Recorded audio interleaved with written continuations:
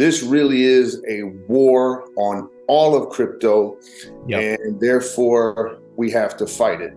And so there's all that evidence, and I'm very confident that that the SEC is going to lose. I can't say that that the judge will adopt Ripple's arguments wholeheartedly and all of that, but I'm very confident in saying that I don't see the judge granting summary judgment in favor of the SEC. And the XRP community should be very proud of that, because they had a big part of that success that I believe is eventual success.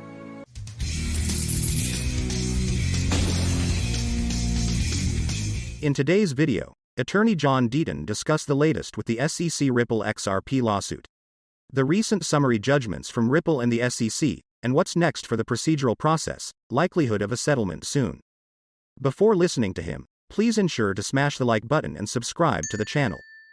Today, the SEC sent a letter to the judge asking for the extensions to be moved from the 15th until the end of the month, 2-week basically extension, so that and an extra 10 pages in their reply brief so that they can address all of these amicus briefs.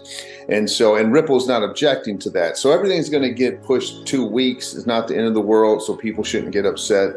And they'll be able to address this. And so she also, not she, but the SEC also asked the judge, and Ripple agreed, that any other amicus must be filed by November 11th, right? So if there's anybody else out there that plans on filing an amicus brief, you're probably going to she's going to be a deadline, right? She's going to cut it off around the November 11th. So listen, I think it's great, right? A lot of people, and I love these people, a lot of people in the XRP community have said things like, Deaton told you guys, 2 years ago that this was against the entire crypto market. And I love those people. They're great to me, and they've been so supportive of me. And I say to them, welcome. We want a united front against the SEC, because the SEC has declared war on crypto. This also implicates Ethereum. Right. And a lot of people ignored that, Tony, because they let the noise, I call it the noise of the complaint, where they said things like the Ripple founders try to enrich themselves. Brad Garlinghouse said he was long XRP while he was dumping XRP. Like, they used that kind of language, even though they didn't plead fraud, to kind of stir up people and divide and conquer, right? And you and I and others were like, we're not going to fall for that. And this is about crypto. And I think the pivotal point for the community is, in fact, when Gary Gensler would not say Ethereum is not a security. Let's just all be honest about it, right? That's how I look at it. And when he said proof of stake, the merge, implicated the securities laws in the United States, and he was only comfortable saying Bitcoin's a commodity, that's when everybody said, okay, this really is a war on all of crypto, and therefore we have to fight it. And it doesn't matter if somebody is 6 months late to the fight to me, or if they're a year late, or they're 2 years late. Come on in. Let's join together. Let's end the tribalism, and let's fight the SEC and fight this government overreach. And so I'm glad the Digital Chamber of Commerce filed. I'm glad the blockchain filed. And they may all make points that are important, right? And I'll tell you another thing. I was very, very relieved that they were, because I had 30 pages, right, in my brief. I can't say everything I want to say. Sure. And so because other people were able to make points, I could focus the XRP holder brief on what was important for us. And so by them doing that, that also alleviated some of the burden. Say that's called an unconstitutional shortcut. You're not allowed to just say the token itself and ignore 76 years of case law. So, right. So it's your brief, it's my brief, it's I cited materials that people in the XRP community, the sleuths, had uncovered, the video of Gensler saying even Ripple deserves clarity, right? That's in there because I'm pointing out what this case really is a test case to try to regulate the secondary market. Mm-hmm. And that's really what's at stake here. So it's our brief. This is what the SEC says. They say that because Ripple sold XRP for investment to some people, and because Ripple made statements or undertook efforts to develop a use case for XRP, that therefore that alone, that they sold it for an investment and that they undertook some efforts, that meets the Howie test. And that doesn't. They even say to the judge that it meets the second and third prong of the Howie test as a matter of law without even doing an analysis. And so that means if that were to win, Tony, you're right, because then all you'd have to say is, okay, has Charles Hoskinson done anything positive for Cardano? Has he said any statements about Cardano that are positive? Has he undertaken any efforts? And then if there's any kind of sell of Cardano, then all of a sudden they could argue the same thing. And people got to understand that when the secondary market, we don't know who we're buying it from. It's just an exchange, right? And so how are you in a common enterprise with Ripple if you never heard of Ripple, you don't know anything about Ripple, you don't know anything about Brad Garlinghouse? And so, yes, you could take the Ethereum Foundation sold Ether. We all know that. They sold Ether at the height. Vitalik has stated that. Well, did the Ethereum Foundation undertake efforts to promote Ether? Yes. So the same test would apply. Ethereum is a security under that same test. Consensus supports Ether and promoted it and sold it. It would meet the same test. And so you're 100% right that what we're fighting, and I think that why you see so many entities coming on board, is that they realize that this is a fight for all of crypto, not just XRP. In 2019, in January of 2019, and this is in our brief, Coinbase went to the SEC. They went to Hinman, they went to Valerie, right? They went to that part of the SEC, and they said, listen, we have evaluated in our system, the same system that you all complimented, XRP today is not a security. And we're going to list it next month, unless you say otherwise, because we're going to ask to do an IPO real soon. So we don't want to run afoul of the U.S. securities laws or what the SEC thinks. Unless you say something, we're going forward with XRP because it's not a security. And I can't tell you what the SEC said. I can tell you what they didn't say with 100% certainty. They did not say XRP is a security. Right. Because Coinbase listed it on February 26, 2019. And Tony, what I bring out to the judge in our brief, not only did Coinbase list XRP, they promoted the shit out of XRP. Yep. Excuse the French, but they were like, USDC and XRP move money internationally for free in seconds. We're expanding Coinbase's business and cross-border payments utilizing XRP and USDC. That was Coinbase's promotion. And so I point out to the judge that XRP holders relied on Coinbase more than they relied on Ripple. You see that, you're like, hey, that's a big deal. Let me buy some XRP, right? Yeah. And so what's interesting about your question is that the SEC didn't get into that, right? They didn't, and I think they viewed it as Ripple brought it up. Deaton's definitely bringing it up in his brief, right? So there's no point in taking shots at the SEC. Remember, sure. And when they delisted XRP, they filed for an IPO 6 or 7 days later.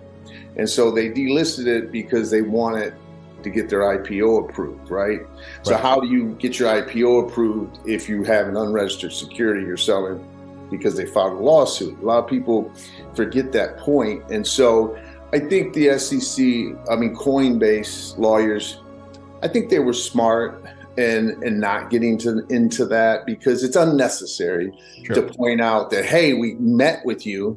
But what they did do is say, look, there's no fair notice in the world that even the Hinman speech, which was meant to give clarity, created more confusion. And it's unfair. It's unfair to let XRP be traded for 7.5 years publicly, and then all of a sudden call it a security retroactively. And also, listen, I don't know this for sure, but you're aware because I've said it on your show. I predicted that Gensler is going to file against an exchange. I predicted that. I stand by that prediction. I still think it's coming. And it could be against Coinbase. So Coinbase could be laying the groundwork for their own defense. I would encourage people, honestly, if you have time to read the XRP holder brief that I filed, because like I point out that even if you look at the 2019 framework that they listed, that's Bill Hinman and Valerie's name is on, that framework, when you go through an analysis of what a digital asset, whether it meets the Howie test, Tony, one of the things that they say is that a cryptocurrency, a digital asset that can be utilized instantaneously in payments, the very thing XRP does, and can be used as a substitute for fiat immediately, that kind of cryptocurrency unlikely meets the Howie test. They said that in 2019. Which makes it sound like XRP is not a security. And so there's all that evidence. And I'm very confident that the SEC is going to lose. I can't say that that the judge will adopt Ripple's arguments wholeheartedly and all of that. But I'm very confident in saying that I don't see the judge granting summary judgment in favor of the SEC. You know what I mean? And the XRP community should be very proud of that because they had a big part of that success that I believe is eventual success. I'm seeing a lot of former SEC officials also scratching their heads as to what is the SEC doing here? This is a mess. You have ethics violations with Bill Hinman and Ethereum. And the word that keeps coming back up is mess. It's a mess. Yeah. Well, again, like I said, you're doing great work, Tony, by getting people out there. And I will tell you something. If you're a former or even a current SEC person and you believe in the SEC as an institution, then you will call this a mess. You will scratch your head and say, this isn't right, and we need better answers. And I believe that's what your interviewer said. What she said was, we need better answers to these questions because the SEC has lost all credibility. Yeah. And, you have people out there calling it, and I'm not going to get into names, but you have people out there tagging me, saying I'm supporting wild conspiracy theories. It is a conclusive fact that Bill Hinman violated the financial criminal conflict statute, right? He was told that you cannot meet with your firm, Simpson Thacher. And he met 3 more times after that they said you can't meet them, it violates the bar. So if their own ethics office of the SEC says, if you meet them, you're in violation of the statute, and he then meets them 3 more times, he's in violation of the statute. There's no conspiracy to that. That's a fact. It's an indisputable, I'm not even gonna call it a fact, it's an indisputable truth. And no one can refute that. And the people we need to clean house. That's all. It doesn't mean that Ethereum should be pursued. It doesn't mean that Ethereum founders should be pursued or anything like that. It just means that Bill Hinman shouldn't have given that speech, and that's all it means. And we need answers to that. And you have people like the SEC enforcement director testifying before Congress, misleading Congress. Grayscale is suing the SEC over a Bitcoin spot ETF denial. Former SEC Commissioner Joseph Grunfeld said all these applicants that got denied can sue the SEC. I've been trying to ask different folks. I spoke to Anthony Scaramucci. I was asking if Skybridge would sue as well. He said not right now, or they're not really thinking about it. But what are your thoughts on what Grayscale is doing? Well, listen, people got to know something about Joseph Grunfeld. First of all, Joseph Grunfeld is one of the most respected former commissioners in the history of the SEC. He is a lifelong Democrat. A lot of people don't know that about him. He's a lifelong Democrat who was appointed by Ronald Reagan to be able to work with the other side, right? And so when he says that there is a real viable case against the SEC, that's not John Deaton saying it, who just became, a quasi securities lawyer 2 years ago, right?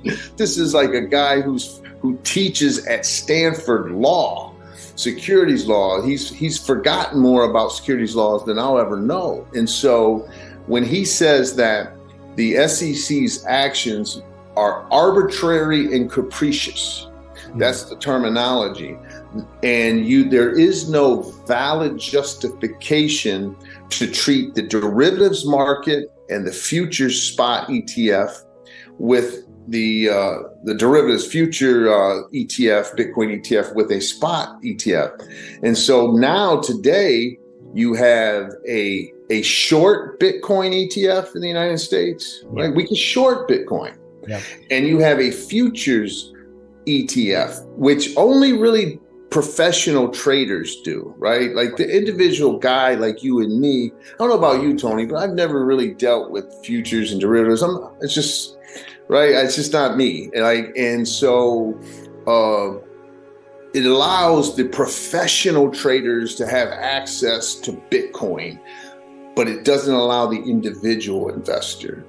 And that's the real heart of it. And you're allowed to short Bitcoin. So if you're allowed to short Bitcoin, if you're allowed to trade the future price of Bitcoin, why can't you trade Bitcoin? Like, it makes no sense. Yeah. And so I think that Professor Grunfeld is 100% accurate, that this is a very strong case. And I think that they're going to win. I think that SEC is completely acting arbitrary and capricious, and they're not going to be able to justify that.